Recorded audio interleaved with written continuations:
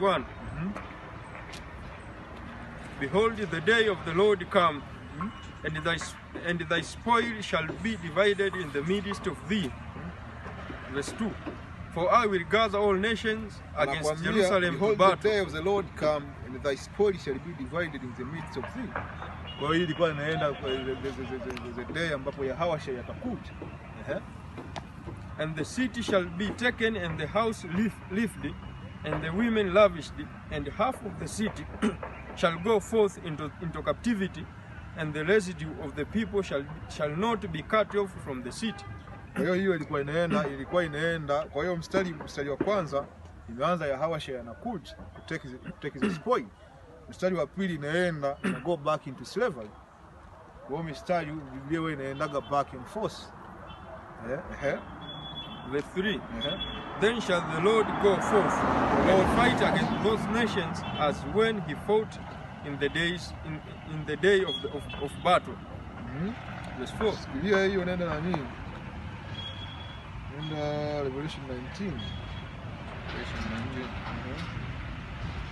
Revelation 19 anzia 11. Revelation 19 verse 11. Anakwambiaje? And I saw heaven opened, and behold a white horse, and he that sat upon him was called Faithful and True, and in righteousness he does judge and make war. In righteousness he does judge and make war. Hapo kurudi kwenye Zekariah 14:3 anakuambia then shall the Lord go forth and fight against those nations.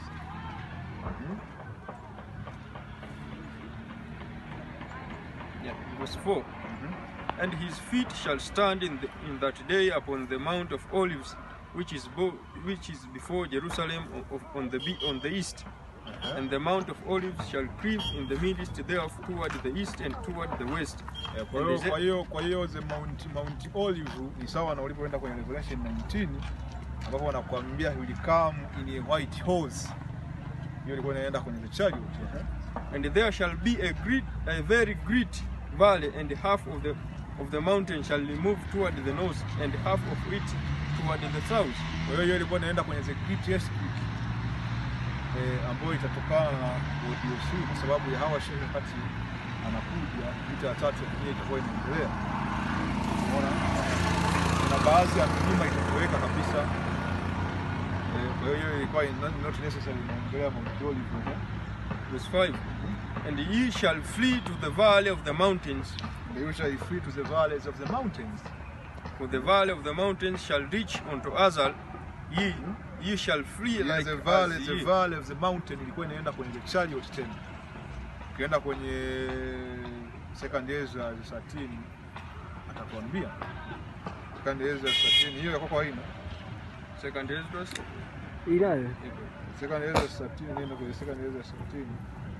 Uone kwamba a mountain kwenye hii Second Ezra 13 represent a chariot.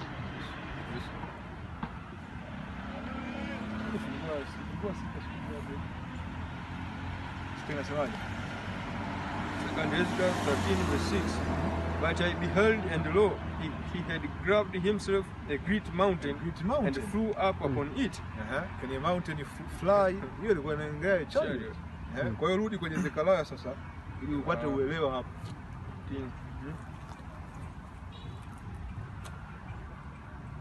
Verse 5. And ye shall flee to the valley of the mountains. For the valley of the mountains shall reach unto Azal. Yea, ye shall flee like as ye fled from before the earthquake in the days of Uzziah, king of Judah. All destruction itakuwa inaendelea, alafu sisi tuta flee into the mountains. The chariot au tunasema the seraphim. Unaona? Nenda kwenye nani kwenye Isaiah 6. Kaone the seraphim. 6. Watu wanakwambia maana kerubi na maseraphim. Hapo kwa nyimbo gani? Oyo ni wanaendaje ile nyimbo? Kerubi na maseraphim. This is the book of Isaiah 6. Ni 6 na ngapi? 6 ni 2. This is the book of Isaiah 6. Anzia moja kwanza. Anzia moja. Starting from verse 1. In the year that King Uzziah died, I saw also the Lord sitting upon a throne, sitting upon a throne, a chariot, high and lifted up, and his train filled the temple. Verse 2, above it stood the seraphims. Each one had 6 wings. Seraphims, each one have 6 wings. Hiyo ilikuwa inaenda kwenye the shuttle chariot. Kuna lile chariot likubwa ambalo lilifuata ship, afu kuna zile shuttle ambayo inatoka chini ina detach. Hiyo ndio inaitwa seraphim. Hiyo ilikuwa iongelei malaika wanaitwa seraphim. Hapana.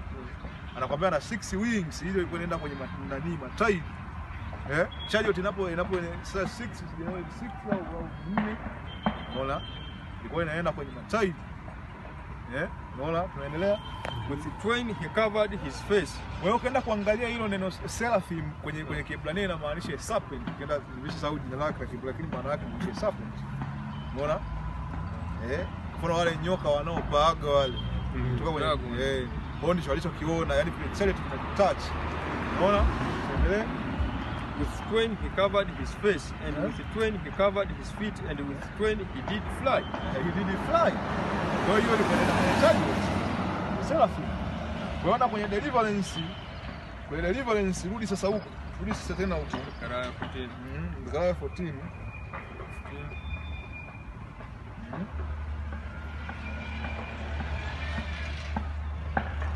Verse 5.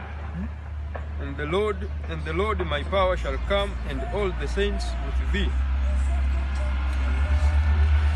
5. And ye shall flee to the valley of the mountains. The seraphim. The seraphim atakunena kwamba ile itakuja lile chariot kubwa na gaza angel na chariot nyingine. Watawabeam the elect back to the father ship. Back kwa Yahweh. Unaona, hiyo ndio itakuwa the greatest deliverance. Mnaenda kuendelea kule ulikokuwa unaenda. For the valley of the mountain shall reach unto us, ye shall flee like as you fled from before the earthquake in the days of Uzziah king of Judah. And the Lord my power shall come, and all the saints with thee. Verse 6. And it shall come to pass in that day that the light shall not be clear nor dark. The light shall not be clear nor dark. Anakwambia kwamba mwezi na nini vitatiwa juu, Enda kwenye Revelation 6. Verses za mwisho kabisa huko. Revelation 6 inaanza hata kwa ndani kidogo. Revelation 6.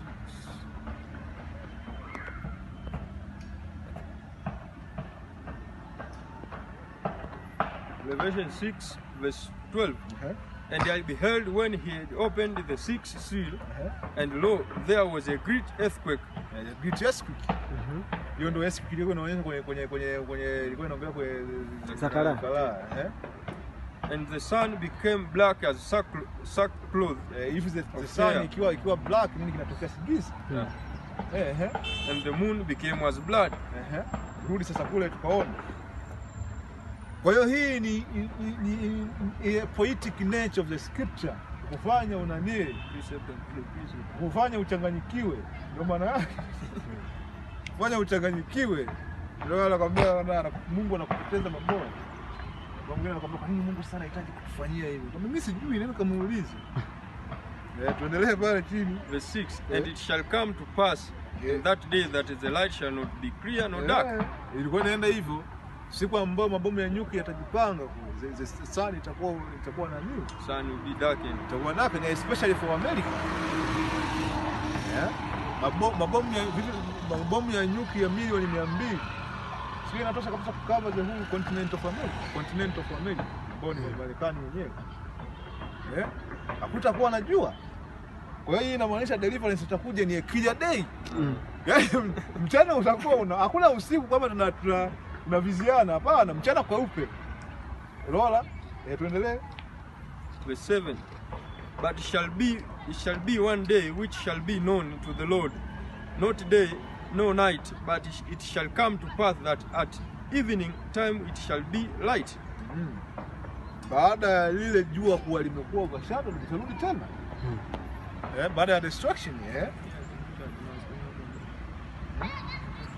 Verse 8. And it shall be in that day that living waters shall go out from Jerusalem, half of them toward the former sea, and half of them toward the hinder sea. In summer and in winter shall it be. In summer and in winter shall it be. Nataka kuzima? Asilimia moja. Inakaa. Inakaa. Nenda kwenye nani? Nenda kwenye Revelation 9. Zima data tu kama tujazima. Revelation 9 ita explain hapo. In verse 1. Revelation 9 nenda kwenye nani pale anapokuambia kwamba European Union series the waters zikafanyaje.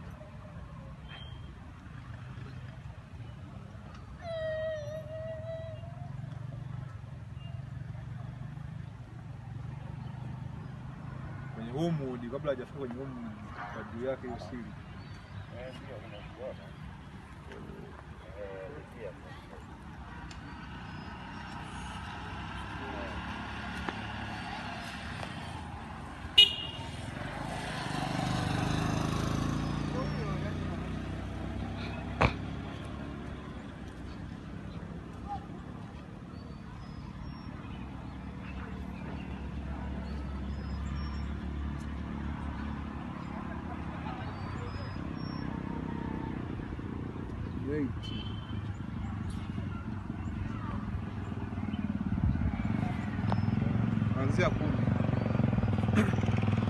This is Revelation 8, starting with verse 10. And the third angel sounded, and there fell a great star from heaven, burning as it were a lamp, and it fell upon the third part of the rivers and upon the fountains of waters. Nuclear missiles. Kwa hiyo kukawa contaminated. Tuendelee. Verse 11. And the name of the star is called Wormwood. Kwa hiyo wormwood inamaanisha bitter Contamination. or contamination. And the third part of the waters became wormwood, and many men died of the waters because they were made bitter. Sababu ya radiation radioactive materials. Kwa hiyo maji yatahitaji yawe cleanly ili yawe usable. Nenda kwa nani? Zekariah.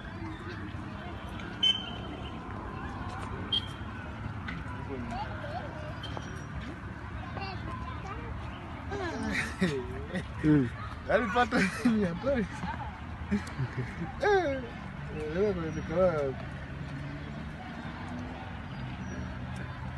We continue with verse 9. And the Lord shall be king over all the earth. In that day shall there be one Lord, and his name one. Verse 10. All the land shall be turned as a plain from Geba to Rimmon, south of Jerusalem, and it shall be lifted up and inhabited in her place from Benjamin's gate unto the place of the first gate. Hiyo baada ya destruction the land itafanyiwa reclamation kama wa Dutch wanavyokuambia God created the earth, and the Dutch made the whole land. Ndio wanavyokuambia sisi tutafanya hivyo. Dutch made tutafanya land reclamation. Toa yale manini ma concrete tunasawazisha tunajengwa tunamleta Isa. Kwanza atakuwa anafanya Isa au atakuwa anafanya Isa hiyo continue employment. Recompense. Ipo kwenye nani?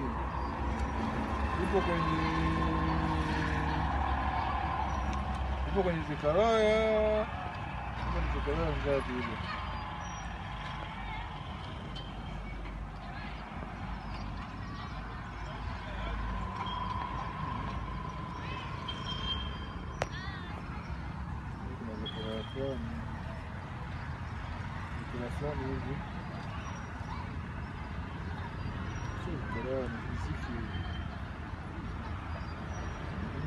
Ezekiel chapter 9:14, webaki hapo. They shall serve out men of continued employment. Continued employment passing through the land.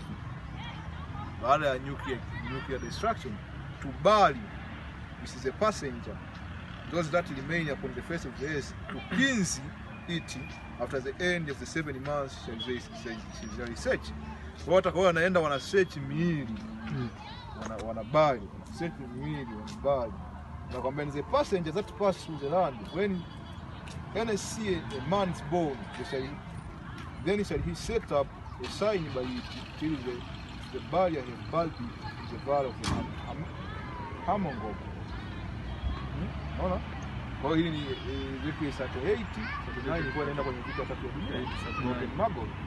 Leo tutaweka kwenye continuing employment. Kufanya land reclamation. Unaona? Tutafanya hiyo kazi kwa chariot hapana. Mtu lazima afanye kama Aliyah anakuambia we will not kill you with the gun. Anakuambia the sword is much better. Kama mtu unapomuua na bunduki na unapomkata na nani? Unapomkata na panga. Anakuambia kwamba we will take a sword, tena anakuambia kwamba lile lenye kutu. Lile butu. Unakuwa nalo lile. Unaona? The same thing na hapo utafanya unapanga Jerusalem itajengwa tofali moja baada ya jingine na watu. Tuendelee huko. And inhabited in her place from Benjamin gates onto the place of the first gate, onto the corner gate, land reclamation. And from the tower of Hananel onto the king's wine presses. Verse 11. And men shall dwell in it, and there shall be no more utter destruction, but Jerusalem shall be safely inhabited. No more utter destruction. Kwa hiyo baada ya ODOC, the land will be reclaimed back to normal. Watu watatueje? Hakuna ile kusema kwamba tena limkinga Kristo itakuja. There will be no more destruction. Hiyo ni precept ya kumkata mtu. Verse 12. And this shall be the plague wherewith the Lord will smite all the people. Amekutoka kwenye vita ya tatu ya dunia, akakupeleka mpaka kwenye the kingdom of heaven, anakurudisha tena kwenye vita ya tatu ya dunia ambayo itakuwa ni thermonuclear. Tuendelee, anaanzia hapo kwenye verse ya ngapi? Verse ya 12. Hiyo ndio tunaita the atomic pestilence.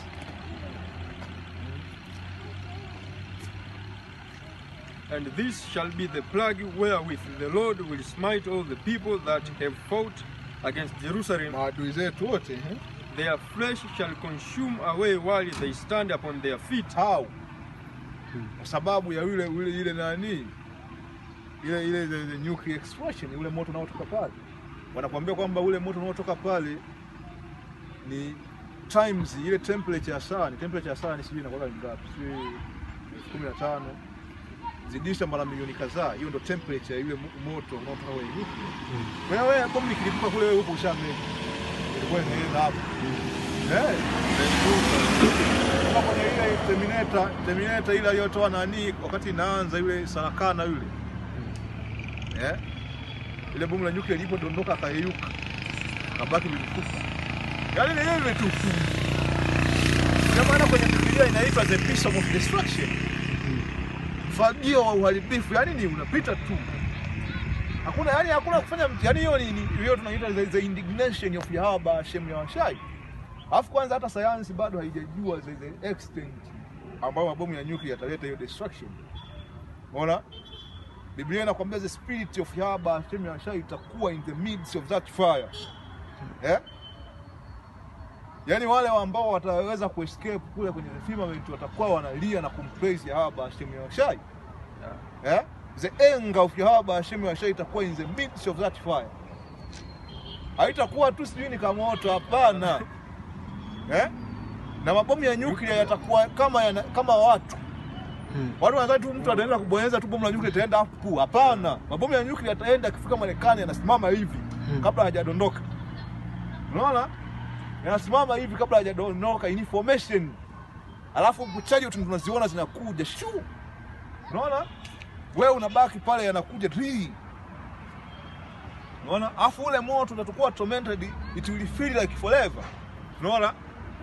Kwa watu wanadhani tu si mimi mabomu ya nuclear ile temperature yote ile mimi kama hata kule tu mimi nishayeyuka huko. Utayaona kwanza yale pale, zichali yote zitakuja zisa kuchukua unabaki. Alafu utakuwa banned. Kabla hujawa banned unakumbuka mambo ya watu waliofanya.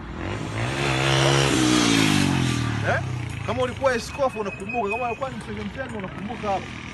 Unaget banned. Hivyo ndio Mungu. That's how bad Yahweh Hashem was saying. You under the plot, Then their eyes shall consume away in their holes, and their tongue shall consume away in their mouth. Una melti. Shika hiyo, nenda kwenye nani? Kwa 2 Peter 3 atakuelezea, anakupa hiyo, anakupa ni sayansi, kwa sayansi kwenye Biblia. Atakuelezea 2 Peter 3 anzia ngapi? 10 au 9? 10 inasemaje? But the day of the Lord will come as a thief in the night. As a thief in the night.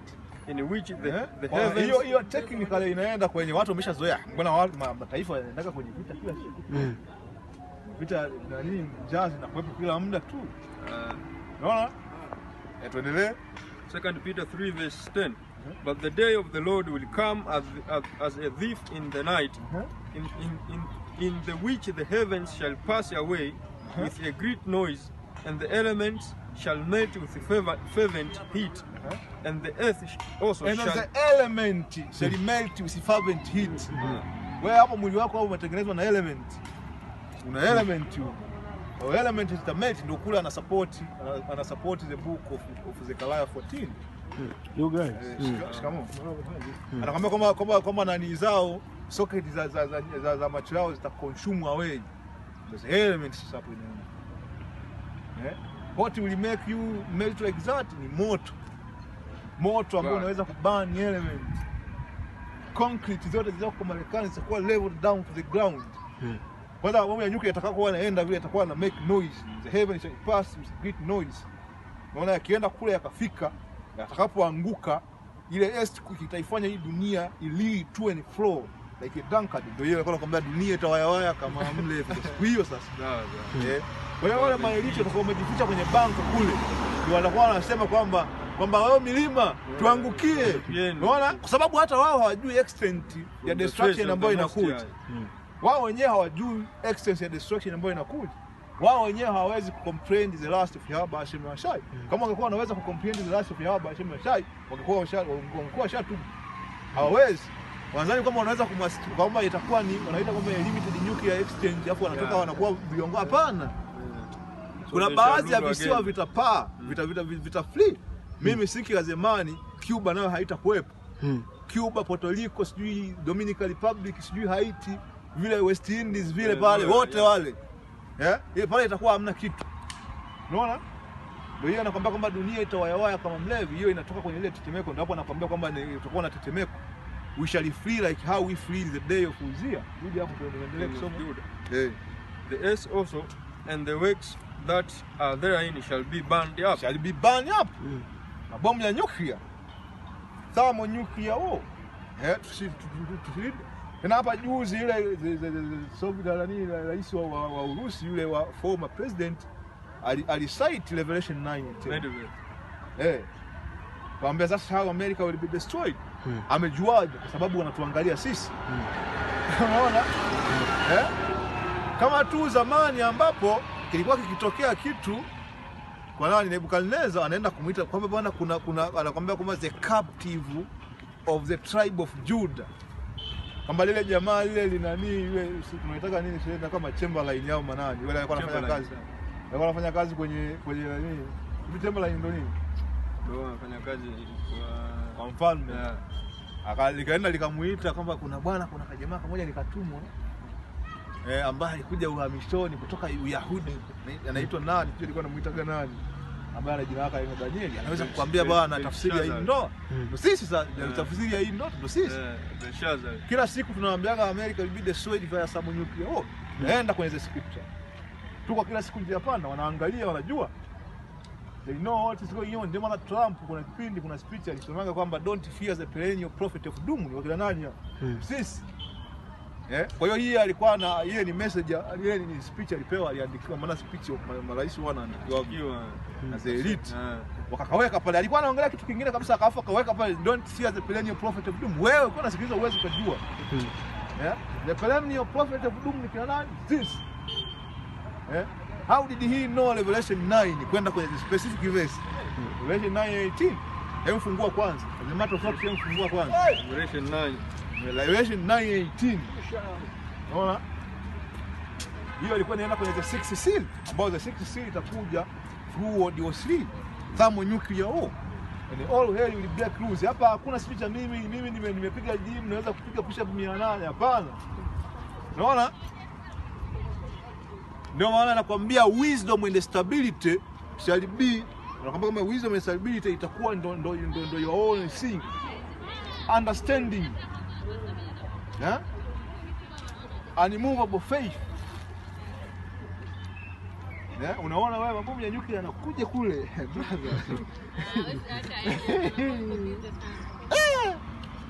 Unaona kama ile pale ngoma zinakuja. Sijui utakuwa umekaa wapi hapa.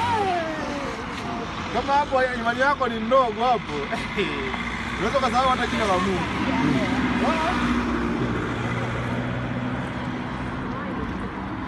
Naona inaweza kufika sehemu kasahau hata kama your power is haba shemu ya shai. Kwa siku hiyo itakuwa ni kuface history na kucall please haba shemu ya shai deliver me. Please unarudia please haba uko umelala mtambao umelala chini. Unajua wewe unakimbia magoti unakimbia ulikuwa unakimbizwa. Unajua wewe please haba shemu ya shai please deliver me. Sababu kuna mtu mwingine anasema sisi tutakuwa Afrika bwana. Utakao kuwa Afrika ndio utakuwa ni hatari. Sababu naambia hapa the waters will be contaminated. Unaona? Na anakuambia kwamba sijui said part of many died. Watakuwa kufa sasa na contamination ya maji itakuwa ni wengi. Hapo kutakuwa na njaa. Nani atakuwa analima? Wewe dunia imewayawaya pale unayo utalima unani kulima kufanyaje? Utakuwa kuna cannibalism going on. Kwa hiyo watakao baki huko Afrika ndio itakuwa ni worse. Ndio yeye anakuambia there is no escaping the judgment of Yahweh Hashem Yashai. Soma hiyo afu tukaenda. Hakuna mtu anakimbia judgment ya Yahweh Hashem Yashai. Hakuna cha kwamba mimi niko Afrika, hakuna cha kwamba mimi niko Kongo. Sio msituni wapi huko. Unaona?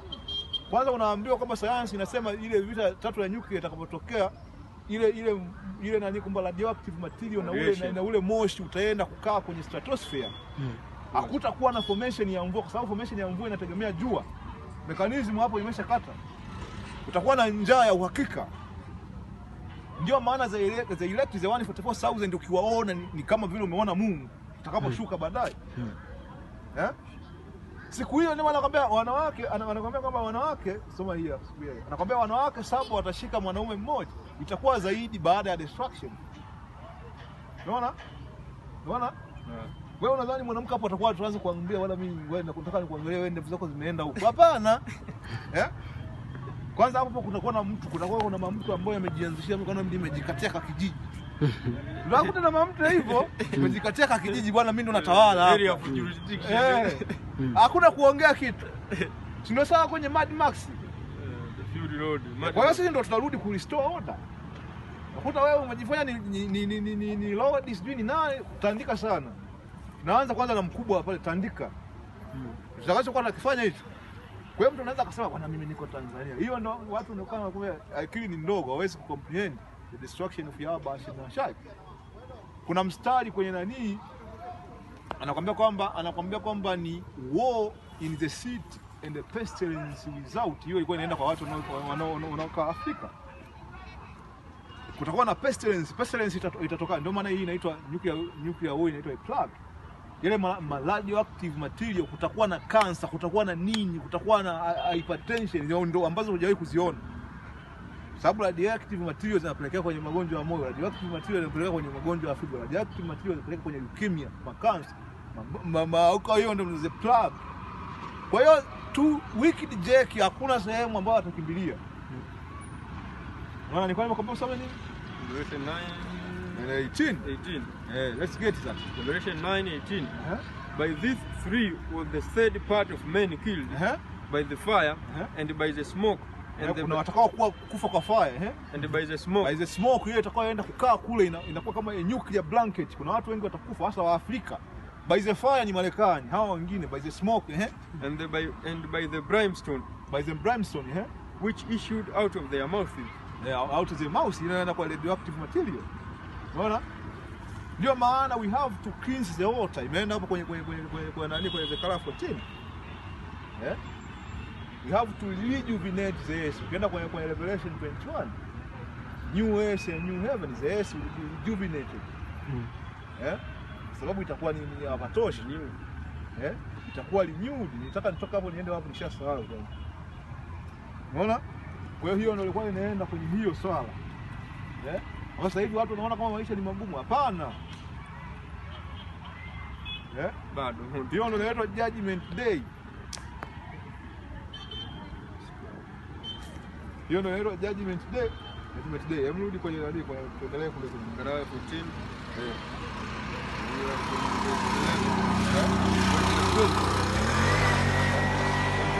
Verse 13. And it shall come to pass in that day that a great tumult from the Lord shall be among them, and they shall lay hold everyone on the hand of his neighbor, and his hand shall rise up against the hand of his neighbor. Verse 14. And Judah also shall fight at Jerusalem. Judah shall fight at Jerusalem. And the wealth of all the heathen round about shall be gathered together, gold and silver. Gold and silver. And apparel in great abundance. Verse 15.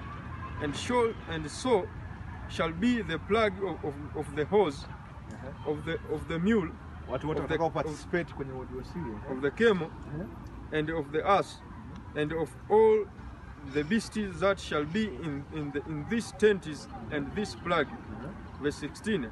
And it shall come to pass that everyone that is left of all the nations, that is left of the nation. Kwa hiyo the nation will be here after the destruction. Which came Na against baadhi watakuwa Jerusalem. preserved. Which came against Jerusalem shall even go up from year to year to worship the King, Worship the King. the Lord of hosts, and to keep the feast to tabernacle. Wanakuja kwenye the feast of tabernacle. Sio wanakuja tu, wanakuja na zawadi. Kama vile Malkia wa Sheba alivyoenda kumwona Solomon, ndio itakuwa hivyo. Kwa hiyo hiyo ina prove tena the kingdom of heaven will be on earth. Unaona? Wale watakaobakia, wachache watakaobakia. Ndio maana ukienda kwenye second Ezra 16 anakuambia the bridegroom will cry. Kwa sababu kutakuwa hakuna nini, wanasema the bridegroom will cry. Labda nenda kwa second Ezra. Sio andike bridegroom hapo. Sababu kutakuwa hakuna wanawake, hakuna wanaume, wote wamekufa. Mbona wanadhani watu sasa hivi wanaume ni wachache? Watakuwa hawapo, hakuna mtu. Watakuwa ni wanawake tu ndio kwa wingi. Men women. Leo nakuwa naona kwa wingi.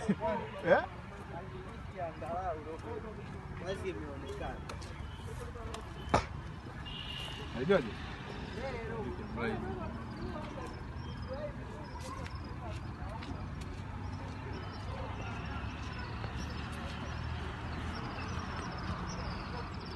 Because this was 16.